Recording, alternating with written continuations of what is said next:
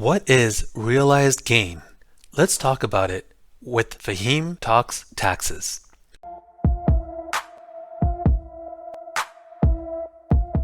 When you invest in something, say stock or crypto for example, you hope the value of your investment goes up. Obviously, this is known as a capital gain. You invested in something, now it's worth more. So if you invested $10,000 in the stock market and a few weeks later that stock went up and your investment now is $12,000, you have capital gains of $2,000. Sticking with our example, that $2,000 capital gain is considered an unrealized gain. If you don't sell that investment, the unrealized gain is when the stock or crypto appreciates in value. But if you haven't captured the value, meaning you continue to hold the investment, it could go up higher or it could drop. Some people even call an unrealized gain a paper gain, because on paper investment, you made money, but that's about it. It only becomes realized gain when you sell out of that investment and capture that $2,000 profit. You have captured that value and it's no longer called paper gain. Now you have a realized gain, and that realized gain triggers a investment that's subject to capital gains tax. It could be either a short-term or a long-term capital gains tax. Short-term capital gains tax occurs when you sell your investment for a gain within a 12-month period of originally buying that investment.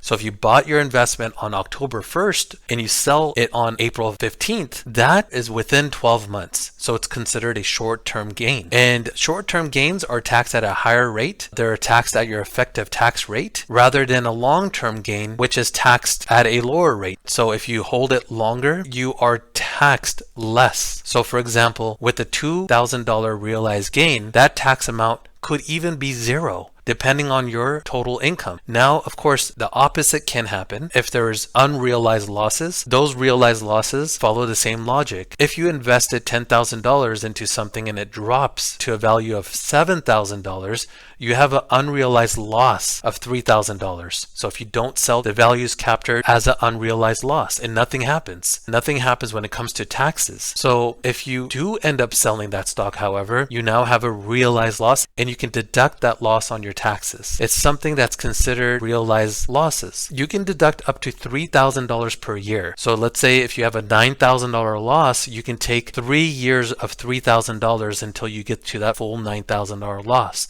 It carries over year after year until you use it all. We talk about all different things related to taxes. Subscribe so you don't miss out on anything. And always, if you have any questions, feel free to reach out.